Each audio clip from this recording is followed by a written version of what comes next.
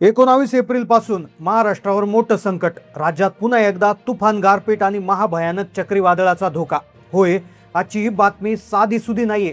यामध्ये निसर्गाच्या अशा कोपाचा इशारा आहे की जो पाहून हवामान तज्ज्ञ देखील हैराण झाले. 5 मिनिटापूर्वी संपूर्ण महाराष्ट्राचा सॅटेलाइटद्वारे फोटो काढण्यात आलाय आणि त्यामध्ये जे दिसलं ते अतिशय भयानक होतं.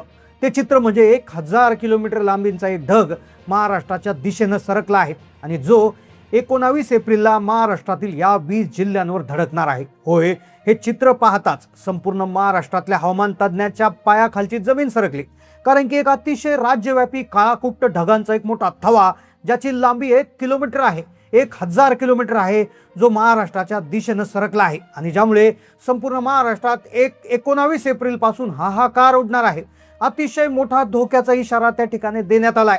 हे संकट खूप भयानक आहे. मागील 15 ते 20 दिवसामध्ये 2 टप्प्यात महाराष्ट्राला अवकाळी पावसानं झोडपलंय. काही ठिकाणी गारा पडल्या तर काही ठिकाणी शेतकऱ्यांचं इतकं नुकसान झालंय की डोळ्यातलं पाणी अजून थांबलं नाही. पण आता शास्त्रज्ञांनी दुसरा सगळ्यात मोठा धोक्याचा इशारा दिलाय. तो धोक्याचा इशारा 19 एप्रिल पासून चालू होणार. 20 जिल्ह्यांची यादी दिली आहे. या 20 जिल्ह्यांना सावध राहण्याचा इशारा देण्यात आलाय. 19 एप्रिलला या 20 जिल्ह्यात हे ढग धडकणार.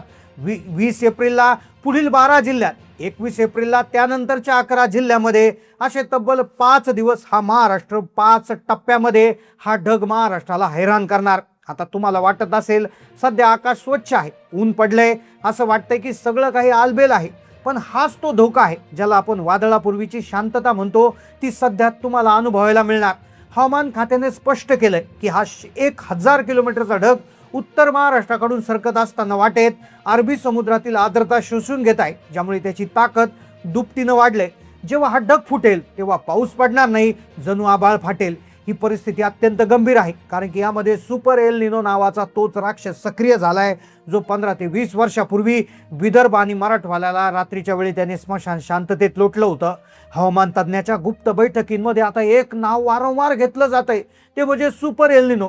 हा प्रशांत महासागरात दडलेला तो जुना शत्रू आहे, जो 15 ते 20 वर्षांनी जागा होतो. पण यावेळी तो एकटा नाहीये. अरबी समुद्रातून उठणाऱ्या वाफेंच्या अवाढव्य डोंगरांना जेव्हा हिमालयाच्या बर्फाळ हवा धडकली, तेव्हा या 1000 किलोमीटर लांबीच्या ढगांची निर्मिती झाली. शास्त्रज्ञ सांगतात की हे ढग जमिनीपासून 100 किलोमीटर अंतरावर आहेत. हे ढग इतके जड आहेत की हे जेव्हा फुटतील तेव्हा आकाशातून पाण्याचे थेंब नाही तर बर्फाचे गोळे पडतील. भर दुपारी सूर्य गायब होईल आणि संपूर्ण महाराष्ट्रात काळं कुट्ट आभाळ दाटून येईल. आता महाराष्ट्रावर हे संकट 19 एप्रिल पासून सुरू होत आहे. त्यानंतर 20 एप्रिलला ते 12 जिल्ह्यात, 21 एप्रिलला 5 जिल्ह्यात, 22 एप्रिलमध्ये पुढील 5 जिल्ह्यात, असं टप्प्याटप्प्याने 25 एप्रिलपर्यंत महाराष्ट्रातील प्रत्येक टप्प्यामध्ये 10 ते 15 जिल्ह्यांना धडक घालणार आहे. यामुळे हवामान विभागाने दररोज म्हणजे प्रत्येक दिवशी कोणत्या कोणत्या जिल्ह्यांना धोका आहे याची सविस्तर यादी आता पहिल्यांदाच दिली. काही दिवसापूर्वी हवामान विभागाने यावर्षीच्या मान्सूनचा अंदाज दिला होता. त्यामध्ये एल निनो सक्रिय सांगण्यात आलं होतं, ज्याने शेतकऱ्यांची चिंता वाढली होती. पण तेवढ्यात उष्णतेची लाट आली असं सरकारकडून सांगण्यात आले. 12 ते 4 या काळात बाहेर पडू नका असं सांगितलं जाते.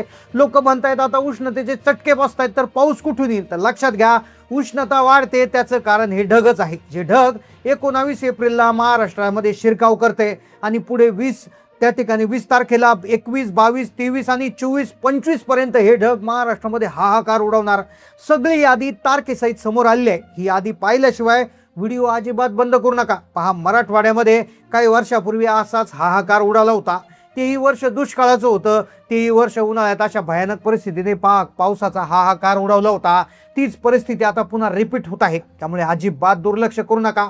आपण सगळ्यात आधी जिल्ह्यांची यादी पाहतोय. कोणत्या दिवशी कशा पद्धतीनं काय होणार, काय कुठे होणार, हाहाकार उडणार, काय धोक्याची परिस्थिती निर्माण होणार, टप्प्याटप्प्याने आपण क्रमवार अतिशय महत्त्वाची माहिती घेतोय. आता आपण पाहूयात की कोणत्या जिल्ह्यामध्ये हा निसर्गाचा कोप कशा पद्धतीनं कोसळणार.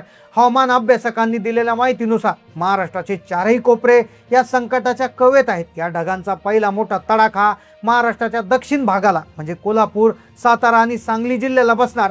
19 एप्रिलच्या दुपारपासून इथलं वातावरण काळं होईल. भर दुपारी तुम्हाला गाड्यांचे दिवे लावून प्रवास करावा लागेल. कोल्हापूर, पन्हाळागड, पन्हाळा परिसरात संपूर्ण कोल्हापूर जिल्ह्यात पावसाळ्यासारखा नव्हे तर ढगफुटीसारखा पाऊस पडेल. पुणे आणि बारामतीमध्ये पुणेकरांना यावेळेस साधी गारपीट नाही तर चक्क बर्फाचे गोळे आकाशातून कोसळताना दिसतील. विजेचा कडकडाट इतका भीषण असेल की जमिनीला हादरा बसतील.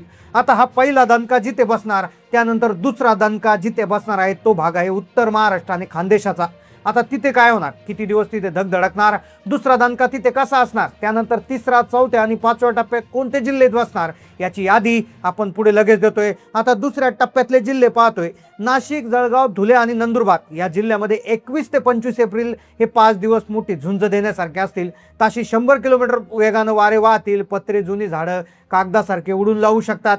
द्राक्ष आणि कांद्याच्या बागावर थेट हल्ला होणार. नाशिक, इगतपुरी, संगमनेर परिसरात गारपिटीचा थरार इतका असेल की काही मिनिटात जमीन पांढरी शुभ्र होईल. तिसऱ्या टप्प्यात नंबर लागतोय मराठवाड्याचा. होय, मराठवाड्यातले काही जिल्हे आहेत त्या जिल्ह्यामध्ये भयानक धडाका उडणार. तिसरा टप्पा झाला की चौथ्या टप्प्यात विदर्भ आणि पाचव्या टप्प्यात मध्य महाराष्ट्र. तिसऱ्या टप्प्यातली जिल्ह्यांची यादीमध्ये मराठवाड्यातील छत्रपती संभाजीनगर, जालना, बीड, धाराशिव, लातूर आणि परभणी या भागात 21 एप्रिल पासून नरक यातना देणारा हवामान असेल. 2015-16चे दुष्काळी वर्ष आठवा, जेव्हा रेल्वेने पाणी लातूरला आणावं लागलं. हा सुपर एल्निनो त्या काळात पुन्हा आता जागा झालाय आणि पुन्हा तो यावेळेस अवकाळी पावसानं झोडपेल. नंतर पावसाळा कोरडा होईल. हिंगोली आणि नांदेडमध्ये वीज कोसळण्याच्या घटनांमध्ये मोठी वाढ होण्याची शक्यता तज्ज्ञांनी वर्तवली. आता चौथा टप्पा तो 22 ते 25 एप्रिलच्या दरम्यान आहे. त्या काळात आभाळ फाटल्यासारखी परिस्थिती निर्माण होईल. येथील उष्णता, वरून येणारी हिमालयाची थंड हवा जेव्हा धडक घेईल तेव्हा विजांचे असे लोळ होतील की ज्यामुळे सिमेंटचे घरही पायापासून हादरणार आहे. निसर्गाचं हे रौद्र रूप आता थोडक्यातही दाखवणार नाही. अनेकांना शक्य वाटते की यामागे काही विज्ञानाचं सत्य आहे का, तर याच्या मागे सत्य आहे प्रशांत महासागरातला तो उष्णतेचा राक्षस भारतीय हवामान चक्राला गिळंकृत करायला निघालाय. अरबी समुद्राचा रंग सध्या काळाभोर पडला असून तिथून निघणाऱ्या वाफेच्या महाकाय डोंगरांना हिमालयाची बर्फाळ हवा धडकली. साधारणपणे 1 ते 2 किलोमीटरचे ढग असतात, पण 1000 किलोमीटर लांबीची ढगांची साखळी एकत्र आली. हे ढग इतके जड आहे की ते जमिनीच्या दिशेने आदळताना पाण्याचे थेंब नाही तर बर्फाचे गोळे सोडतील.